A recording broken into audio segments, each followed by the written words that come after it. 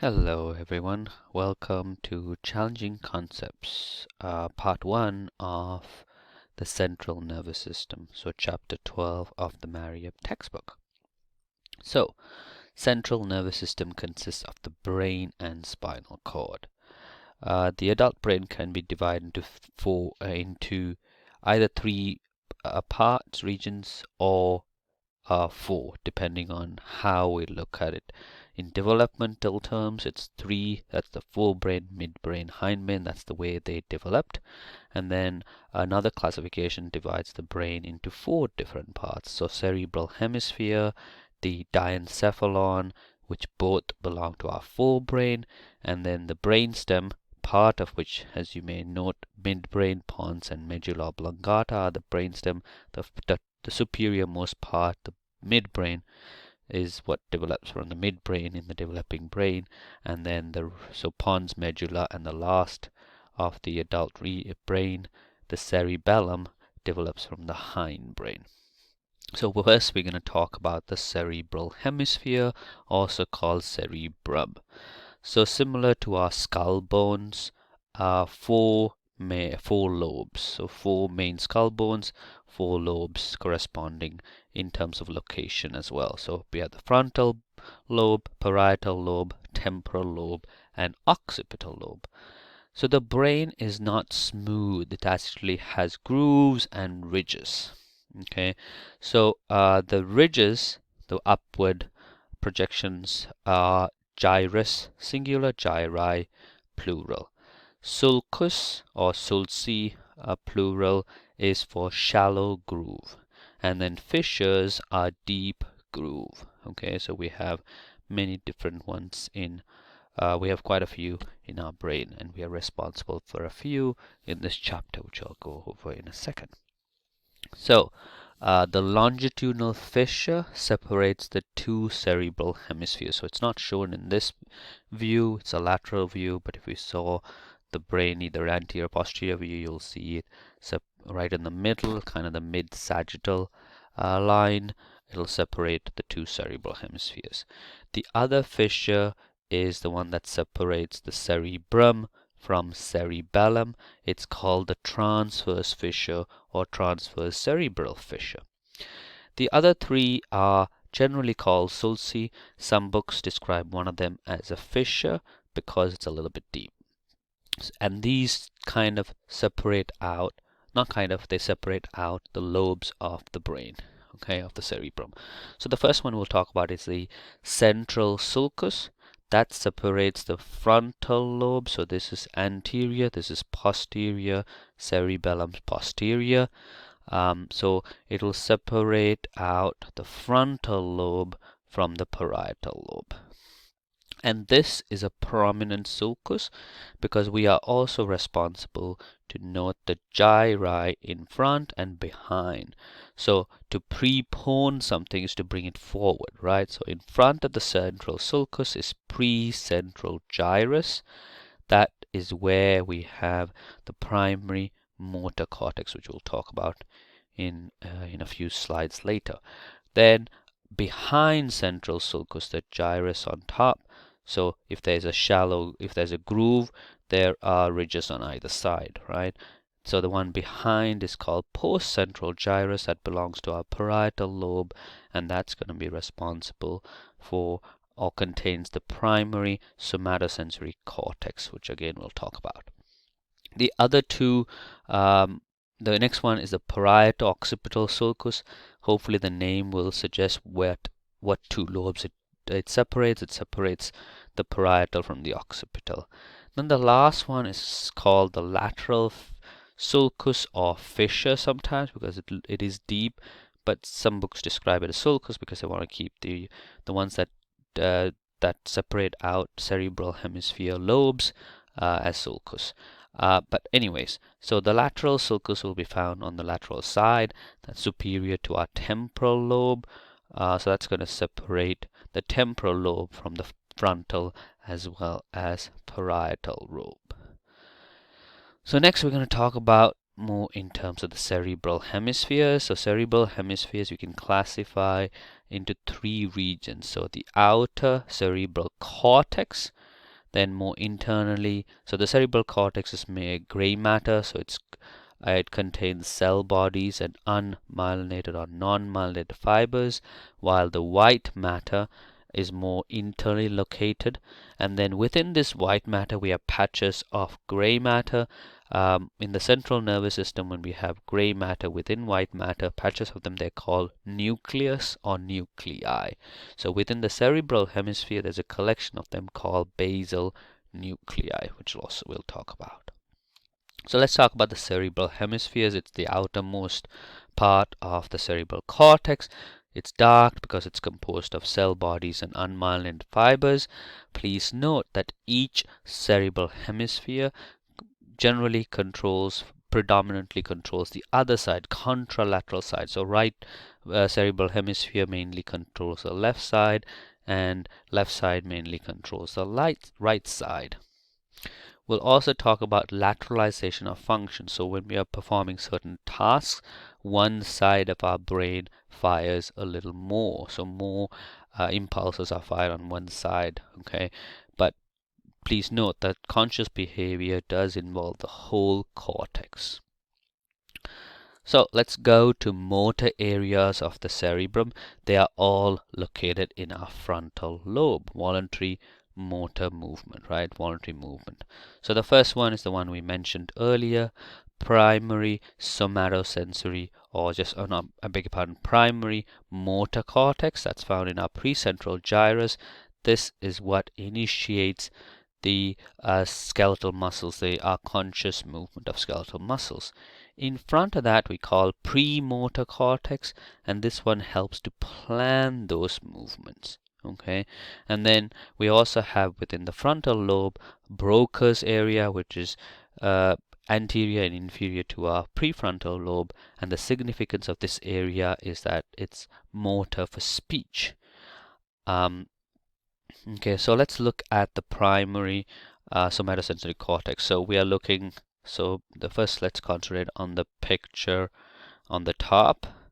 So that's our brain looking from superior downwards, right? So anterior here, posterior here. They're basically colored the red in front of the central sulcus, the blue behind. So this red is what we're looking at. That's the precentral gyrus. So this is called the homunculus. It is an upside down caricature, right? So when we go to some touristy areas, we sometimes find these artists drawing beautiful drawings in very quick time, right? So what they draw is not all the details, but just some parts of it. So it's a caricature. So a lot of it's given to the face. It's kind of same in our brain too. We have a lot of space allocated for brain because we need fine movement. So all these neurons will have to come from different spots. Okay, and the hand is lower down compared to the leg and feet, which are higher up. Okay, so this will be a slice, and then we're seeing it from an anterior view. Next, we're going to talk about the sensory areas of the cerebral cortex. This involves the other three lobes, right? This is conscious awareness of the sensation. Okay, so the first one we're going to talk about is the primary somatosensory cortex. This is located in our post-central gyrus we mentioned earlier. This is where it's the final destination of our general sense information. Okay, and similar to our primary motor cortex, this is also a caricature which is upside down. Okay, so you have a lot of room for space for the face, some more for the hand, while the legs and arms and so on will have lesser space. Then we have a region called somatosensory association cortex. This association cortex is what gives the understanding to the information coming in. For example, we have some. If I have some objects in my pocket, I have keys, coins, maybe some tissue. I can put my hand into my pocket without looking. I can take out the coins because I'm able to determine the size, the texture of the different objects in it, and then and then pick out the one I want because of this somatosensory association area, okay, or association cortex. Next one is the visual area, so primary visual cortex that's found in the occipital lobe. That's responsible for, as the name suggests, is the analysis of visual information. And then we also have visual association area, so this gives meaning to it, okay. This is mainly found in the occipital lobe, but a little part goes into the temporal lobe. So if we have damage to the temporal lobe, it is possible that person will have difficulty association what they are seeing, okay. Then next is auditory area. So primary auditory cortex is located in our temporal lobe, very close to the lateral sulcus. Similarly, the auditory association area, which gives more contextual information to what's being heard, that's also found in the temporal lobe, basically surrounding the primary auditory cortex. Okay. So here is the caricature for our post-central gyrus. That's for this that's for the primary somatosensory cortex. A lot of space for our face, hand, right, and then less space for the others. And it's upside down, so face is lower down, and as we go higher up on the gyrus, it's going to have information towards the legs. So here's a picture of our cerebrum, and then it's given some colors. So the red is our primary motor cortex found within the precentral gyrus. In front of that is premotor cortex that helps to plan movement. Broca's area would be this dashed area here. Okay, that's for motor for speech. And then we'll talk about this prefrontal cortex. That's also called anterior association area. That has a lot of important functions. We'll talk about that in a second. When I talk about frontal lobe, I'll mention it, but we'll also talk about it when we do the association area in a few slides later. Then we have the parietal lobe at the back. The first one we're going to talk about is a post-central gyrus, which contains the primary somatosensory cortex. Behind it will be the somatosensory association area. I wish this is an image from our textbook. I wish they had used different colors so we could have seen it, but it basically ends with the parietal lobe. This blue is the visual association area, which is into our temporal lobe, to our occipital lobe. So at the tip, at the back of the occipital lobe is primary visual cortex. In front, within the occipital lobe and a little bit into the temporal lobe, is visual association area. That gives meaning to what they're seeing. Primary auditory cortex will be right here. So this is where the lateral sulcus is. It'll be right here, and then auditory association area will surround that region. We'll also talk about the vernix area, which is for language, different from speech, right? We're speaking, but this is to understand written and spoken language. That's found in the parietal and temporal lobe. So let's also summarize some things we have in the frontal lobe. We have the primary motor cortex we mentioned, the Broca's area, some association areas like the prefrontal cortex, which is very important for us in terms of working memory, task management, problem solving, even our personality and intellect are within the prefrontal cortex. Then parietal lobe basically contains our primary somatosensory cortex, somatosensory association area, and also the vestibular cortex. Temporal lobe has a few sensory areas. We put the gustatory in temporal lobe because we didn't talk about a tiny lobe that's basically underneath our temporal lobe called the insula. That's where the gustatory truly is. But since we're talking only in terms of temporal, that can be associated with temporal. We talked about the primary auditory cortex, and then even the sense of smell, olfactory cortex will be found in our temporal lobe. We also have association areas, the auditory association of course, and then small part of the visual association comes into here, as well as we have long-term memory also as one of the functions of the temporal lobe. In terms of the occipital lobe, we have primary visual cortex and the visual association areas. So let's talk about other association areas which use multiple different information when they receive it. So we divide them broadly into three: anterior, posterior, and then limbic. So anterior is that prefrontal cortex that we mentioned that I mentioned in the frontal lobe.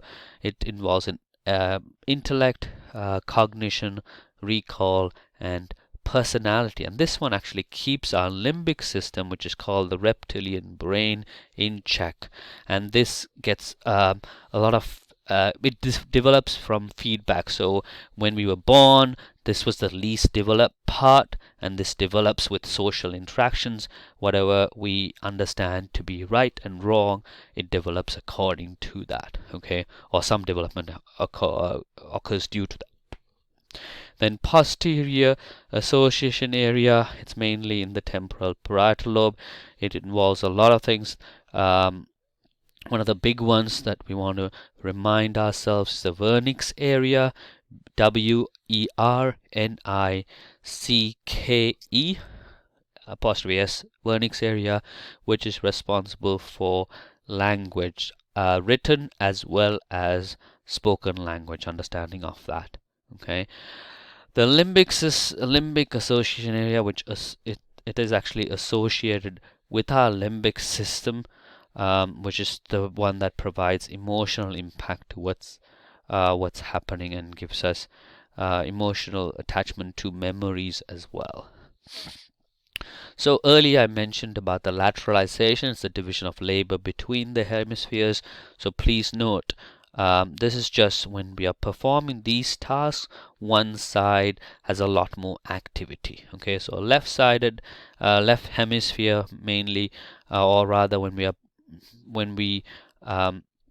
when we're doing some math problems, logic solving problems, when it's language, it's going to be our left hemisphere that mainly fires, we say, has a lot more activity. Okay, while right side is for spatial visualization, intuition, of course, emotion, and then our artistic and music skills. Please note, previously it was incorrectly understood that if you were good at something, you were that side dominant, and hence you were bad at the other. So if you are weak at math or weak at, say, some artistic skills, it does not mean that we will not get it. The older we are, the more difficult or more challenging it becomes to learn something new, but we can do it. There is no restriction in our brain that prevents it. Okay. So please note that that was previously thought that if you're good in math, you're left-sided dominant, left side hemisphere dominant, and then you would not be good at music. That is not true. Okay. So let's talk about now. That was the cerebral hemisphere, cerebral cortex mainly. Next is white matter, right? So cerebral white matter is found within, inside, more deeper in, within the cerebrum, and that helps to communicate between different areas. In terms of the fibers, in terms of those axons, we classify them in three ways. If their information is being conducted within the same hemisphere, we call them association fibers, like the visual association area, somatosensory association area, right? So they're within the same side. Commissural fibers connects the two cerebral hemispheres. This is not crossing over, it is communication between the two sides. Okay, when we talked about how one side of the brain controls the other side, crossing over happens elsewhere. 90% of our crossing over happens at the medulla oblongata. The others occur, example, in our spinal cord. Okay. The third type of fibers are called projection fibers. This one connects the cerebral hemisphere to lower brain and spinal cord. So whether it's information going down to them or coming up from them. Okay. So here's an image to try and show it in our in our brain we do not have it color coordinated. This is just to help us to understand same side of hemisphere, association areas. If it crosses the two hemispheres, it's going to be commissural. If it's going from our brain, cerebrum, to other parts of brain and spinal cord, that's going to be projection fibers. Next, as the last part of our cerebral hemisphere, is the basal nuclei, previously called ganglia. We do not call it ganglia anymore, basal ganglia. We reserve the word ganglia for collections of cell bodies outside of the central nervous system, so in the peripheral nervous system. In the central nervous system, we call them nuclei. There are a few nuclei: the caudate nucleus, putamen, and globus pallidus. Um, they associate with other nuclei in other parts of our brain. So in the diencephalon, the subthalamic nucleus, and then we'll talk about the substantia nigra, which is found in our midbrain. This has been associated when in Parkinson's disease we found that dopamine is low, and we know that substantia nigra secretes a lot of dopamine. So we associate substantia nigra and dopamine and Parkinson's disease as together as a disorder of the basal nuclei. When basal nuclei problems occur, it happens because of that. So what are some functions? Here we've listed some functions. So it regulates intensity of movements, whether it's stereotyped or slow, influences our muscle movement. People who suffer with Parkinson's again have shuffled gait. They have also emotionally they have a face. They have, it's like almost a mirror-like, clown-like face. Not clown-like. They have no, they're apathy, right? So they do not show their emotions. They feel it, they just don't show it necessarily. Then they also will have some um, some um, some movements. For example, it's called pill rolling tremors. It's tremors during rest. The tremors disappear when they start to move their arm. Okay, so a couple of famous people who have homeostatic imbalance of this and develop Parkinson's disease is Michael J. Fox. He was diagnosed with Parkinson's disease very young, and then Muhammad Ali also suffers with Parkinson's disease, right? Yeah, he suffered with Parkinson's disease, Muhammad Ali. Next, we're going to talk about the limbic system. So the limbic system, excuse me, is more internally located to our cerebrum, superior to our brainstem, as well as the diencephalon. It's called the emotional brain, where it adds all these emotions to events, right? So pain, pleasure, anger, all are felt in the by the limbic system. We also um, we also call it the reptilian brain because it does not reason. It does not understand social norms. It will say for somebody who has damage to the prefrontal cortex, their reptilian brain will take over and they will just consume food. It does not matter whose food it is. They will just eat it because they were hungry. Okay, and they do not restrict themselves to social norms. Next part of the brain we're going to talk about is the diencephalon. So a little bit, it is lower down and more centrally located to the cerebrum. It encloses the third ventricle. There are three parts: thalamus, hypothalamus, and epithalamus. Thalamus is basically the relay center. Information comes through, whether it's sensory or motor, and it goes to the next part of the journey, right? So it's just a relay center. Hypothalamus we'll talk about in the next slide. Epithalamus is found basically behind the small part that's on top, but most of it's on kind of posterior to it. But the most important part of the epithalamus is the pineal gland, which produces melatonin. So this is corpus callosum, which contains those commissural fibers. They communicate between right and left brain, cerebral hemisphere rather, sorry. And below that, so inferior to that, we'll have the thalamus.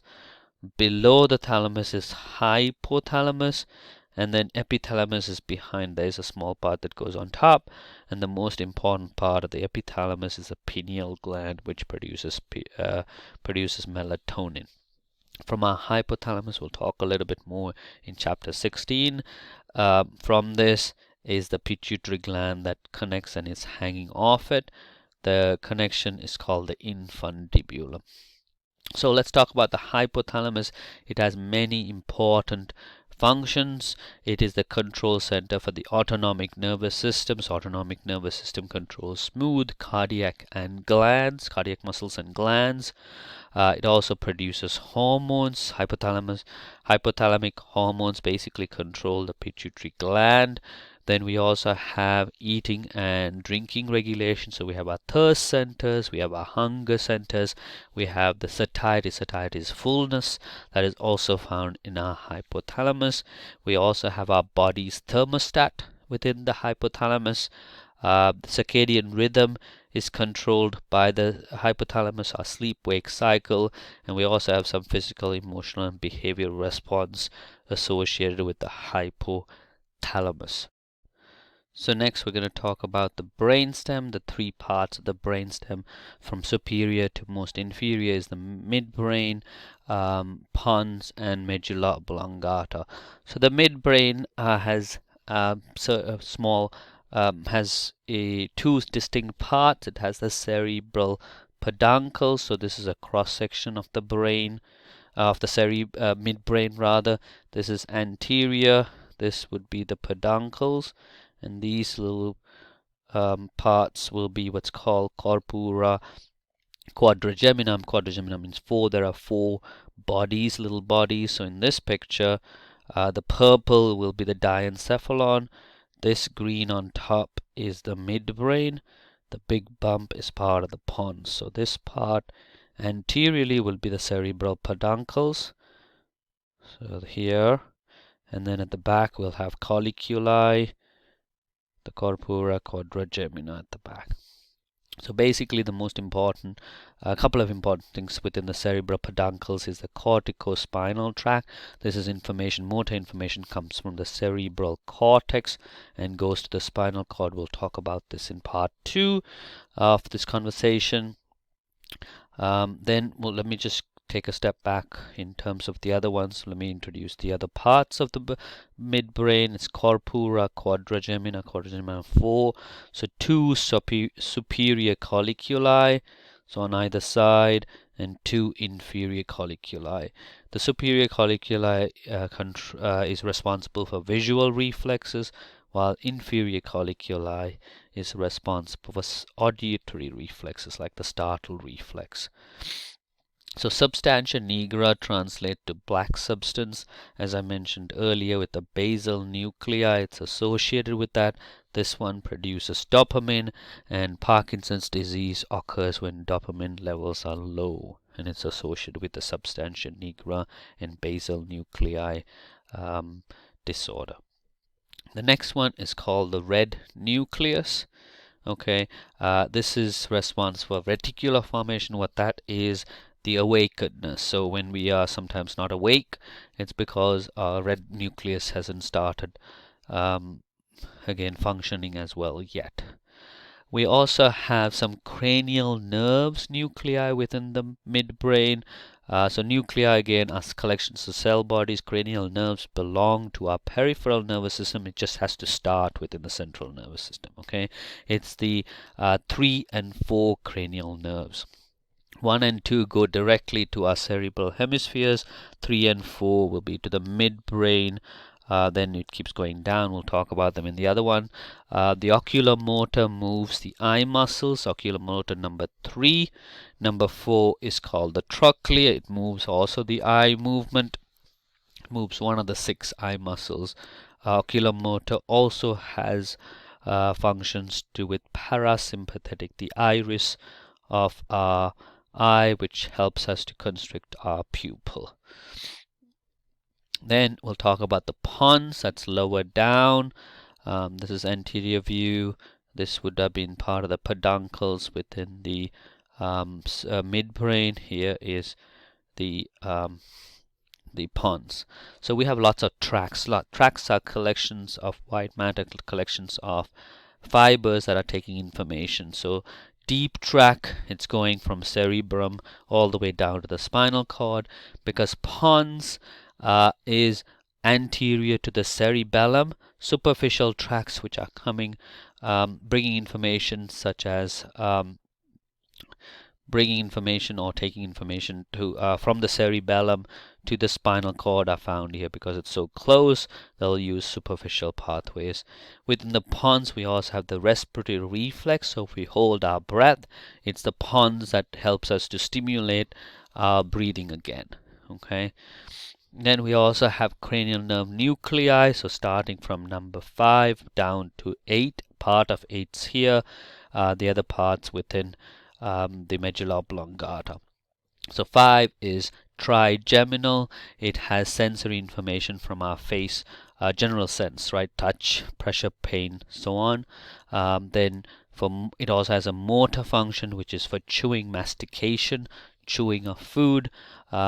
Then abducens is purely motor, that will move, abduct our eye, so it innervates the lateral rectus, one of the muscles for eye movement, extrinsic eye muscles. Number 7 is facial nerve. It also is mixed. Motor component will be facial expressions, tearing, tear production, as well as salivation. And then the sensory component will be sense of taste from anterior 2/3 of our tongue. Then vestibulocochlear nerve, the equilibrium part, so the vestibular part it goes to the pons, whereas the hearing part, the cochlear part, will go to the medulla oblongata, which we'll talk about next. So it has lots of tracts that pass through. Here is where most of crossing over, the decussation is a term used for crossing over. So most of our crossing over happens at this level. So you'll have these what are called pyramids, okay, these tracts, and you can see they're crossing over to the side. So this is a cross section of the medulla oblongata, and this is you can see from the left side going to the right side going to the left side. Okay, we also have a lot of very important centers found here. The cardiovascular center, which controls the heart rate, the rhythm, as well as the breathing, respiratory centers, the cardiovascular centers. It also has the vomiting centers, hiccuping centers, coughing, sneezing centers are found here. And we also have cranial nerve nuclei found here. So vestibulocochlear, the cochlear component for hearing. Glossopharyngeal is number 9.